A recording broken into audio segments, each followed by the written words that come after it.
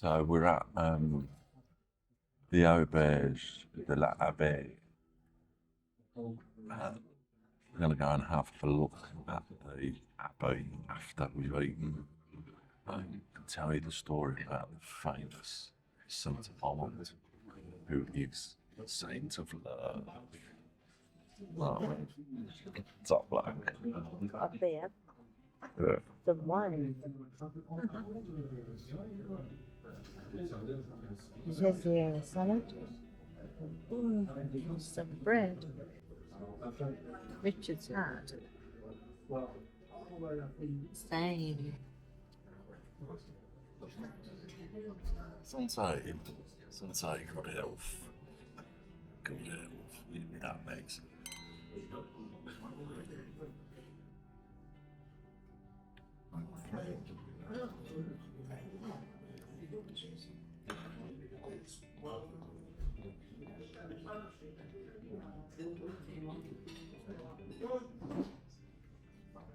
It's here.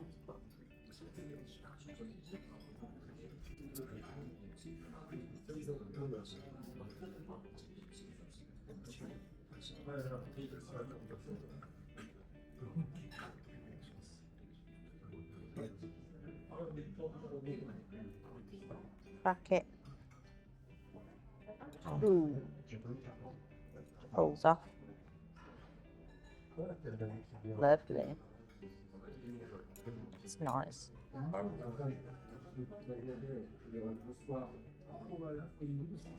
had a glass of red as well, cold around.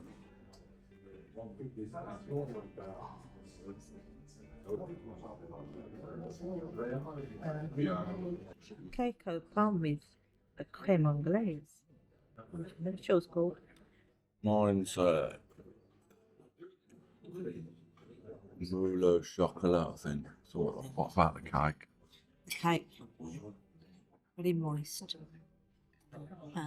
Not too sweet either. Sometimes the cakes are just too. And yes, everything was seasoned lovely. Yes. They know what they're doing. My cake was superb. Oh, superb. It was like a brownie, really. It was like a really moist brownie, a bit of cream. Fantastic. Really cool. I don't think there's an element to that was bad at all. Cafe creme to finish off the meal for you. And Richard's got an allonge with a cup that's the same colour as this cup. Yes. That's what you call an eye for detail, Polly. What part?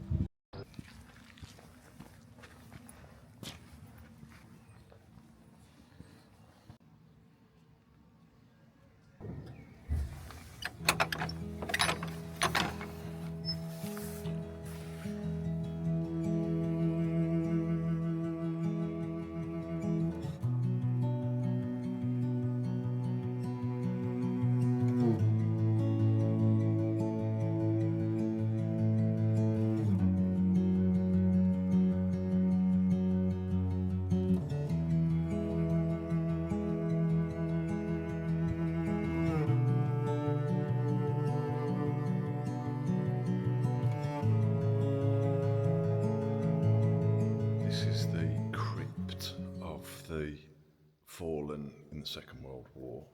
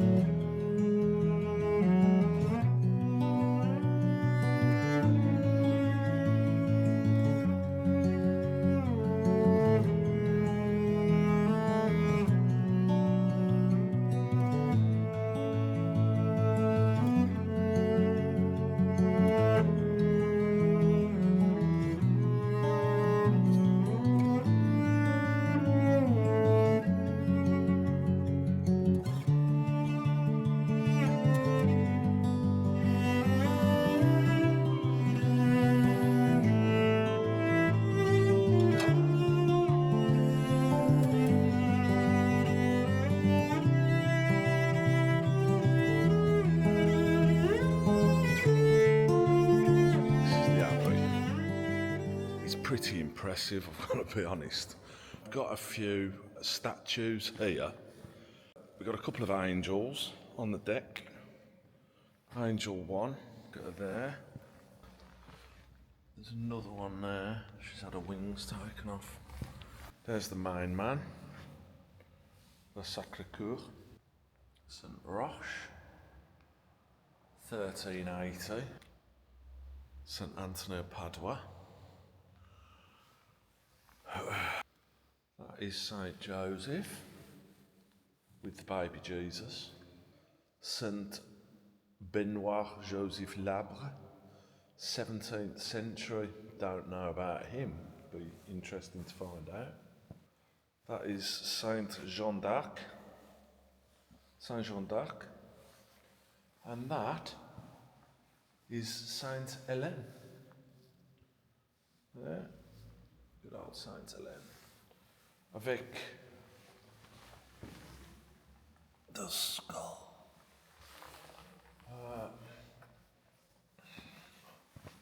Saint Michael. Saint Michael there. Saint Mary of the Immaculate Conception. That's Our Lady of Lourdes. There are a couple of angels flanking her. This must be the side entrance. Oh yeah. The rain's actually stopped. Fabulous. The carvings are up there as well. I don't think we'll be able to see that actually.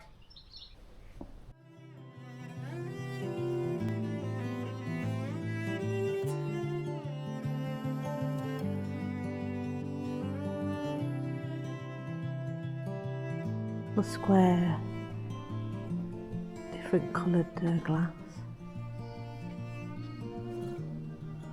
It's like a mosaic. I think they've painted on the walls to make it look like brick. Little flowers. Really pretty.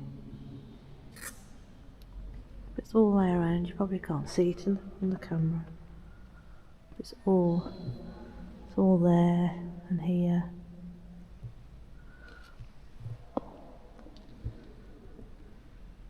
Beautiful.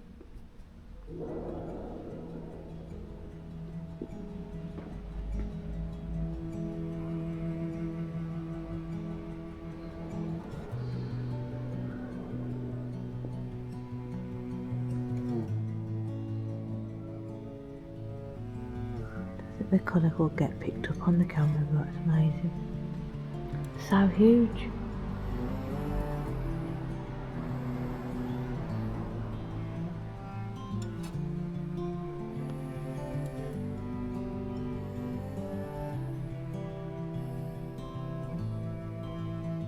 Unbelievable.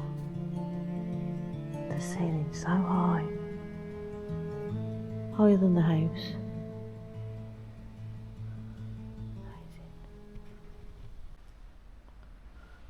A lot of the furniture in here is pretty plain, but the building's phenomenal. We've got sort of a fresco up here.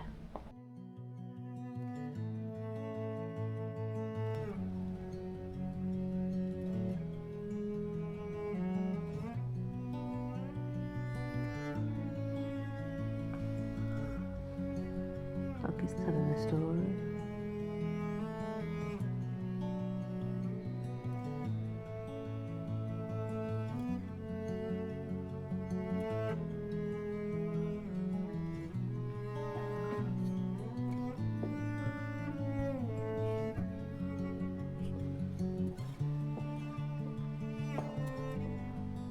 Ah, here he is, the man himself, Saint-Amant-De-Boixe, who was born in the 6th century.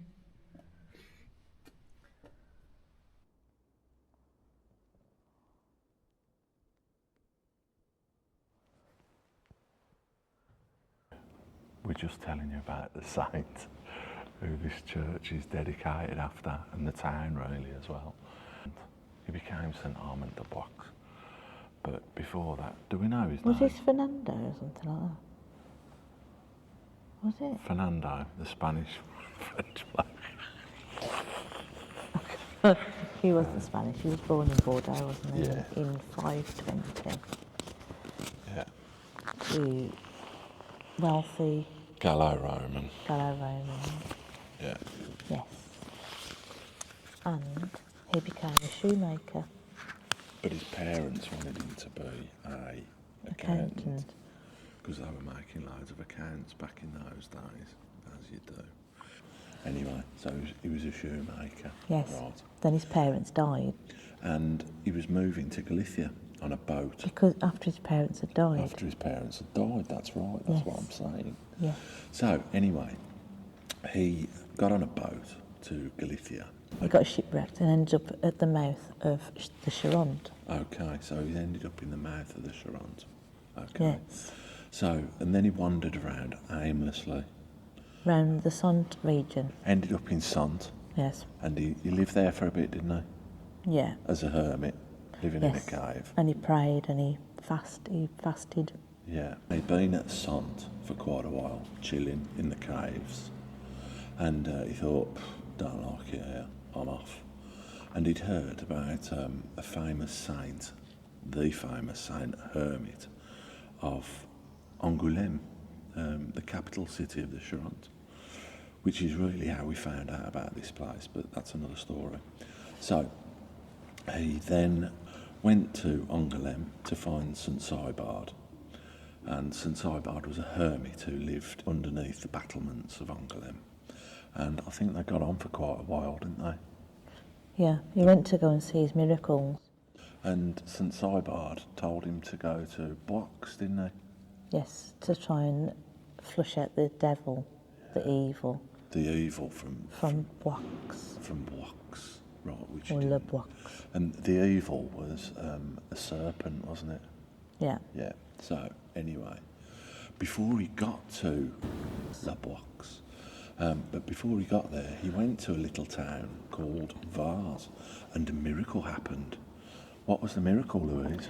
The doors of the church were closed. Was he praying or something? He prayed and prayed and prayed. He prayed to God, and the doors opened.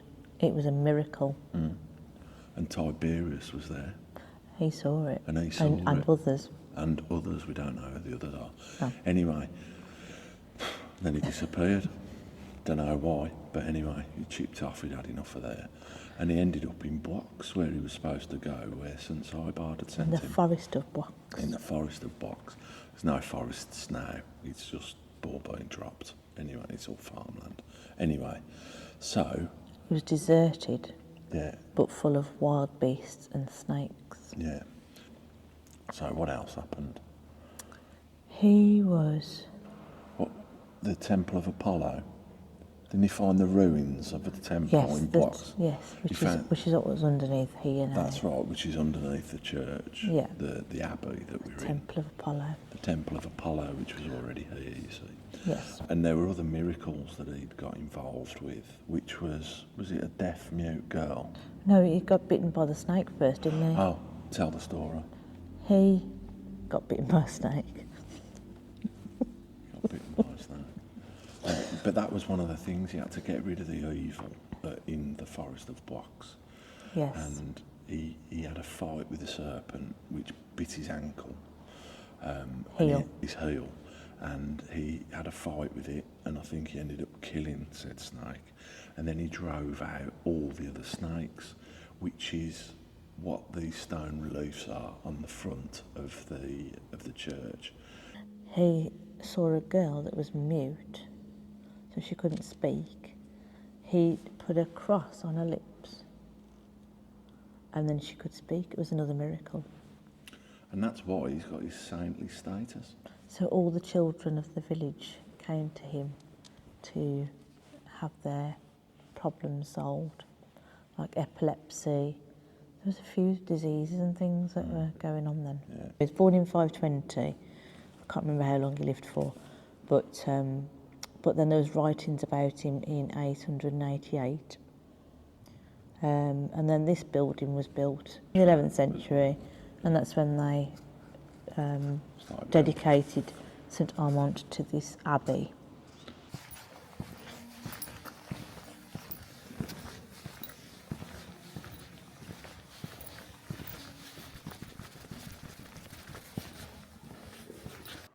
There are two of these fonts.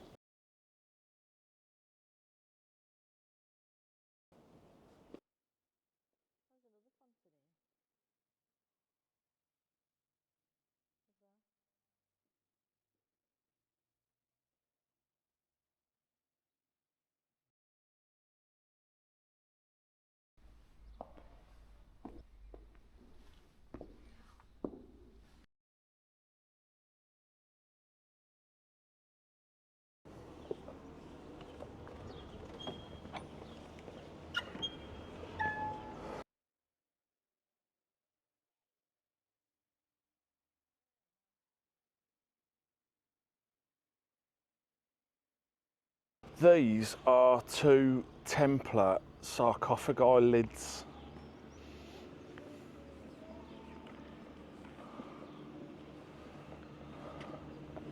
I think you can actually see the imprint of the sword on that one.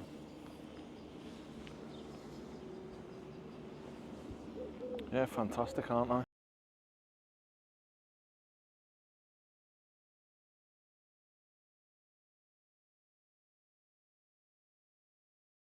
Saint-Amant, he had a trial by snakes, apparently.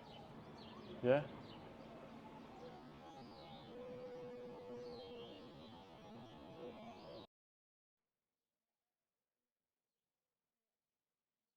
And here are the wild beasts up there.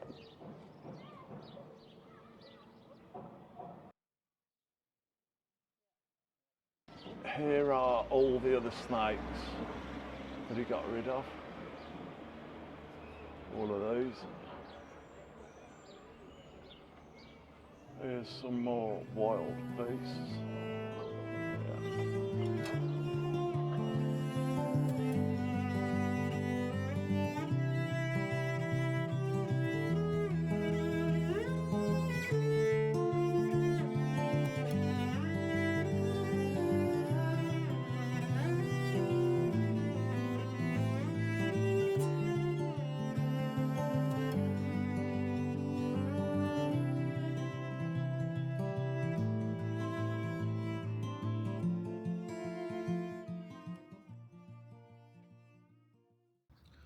We're next door to the museum, and there's actually a cloisters. You can actually pay to go in the museum. And the abbey is here. That's the facade of the abbey. That is pretty impressive. And these are the outbuildings of the abbey.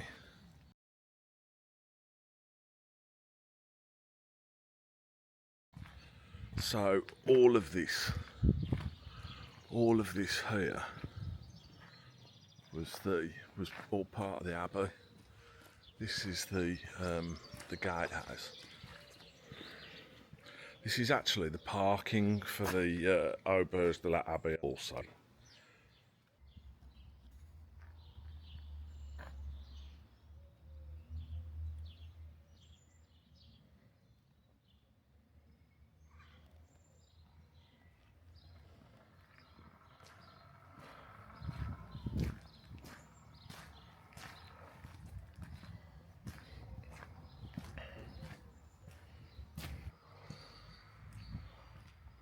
The review for the Auberge de l'Abbey starter.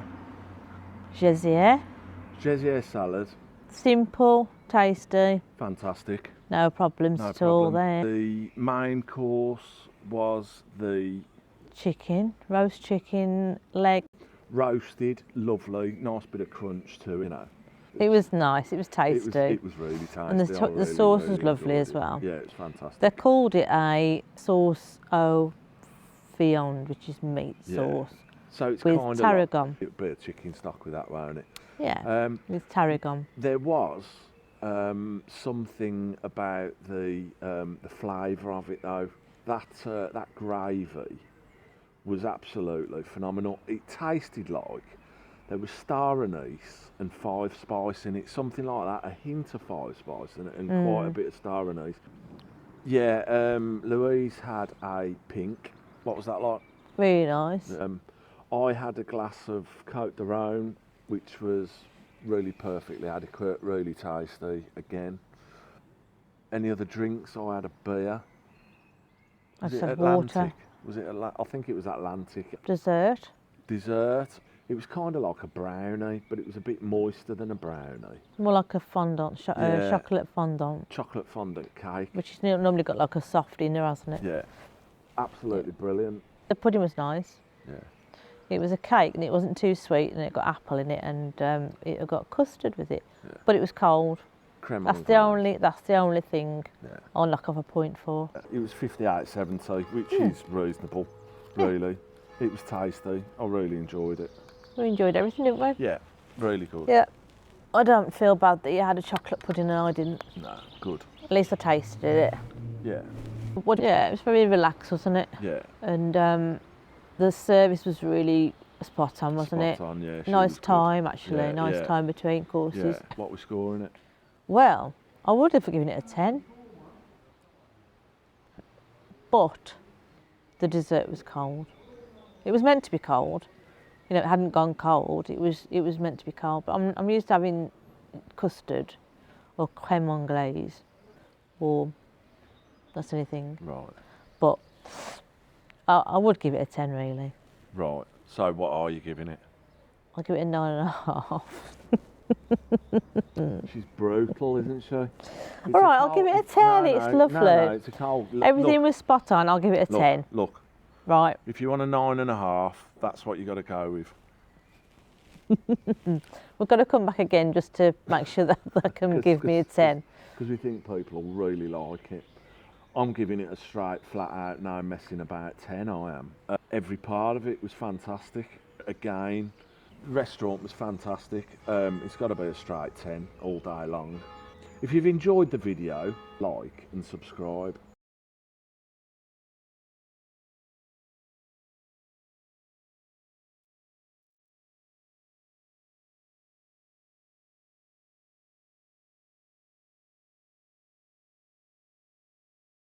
Looks like a tunnel into that building, and it looks like it's collapsed.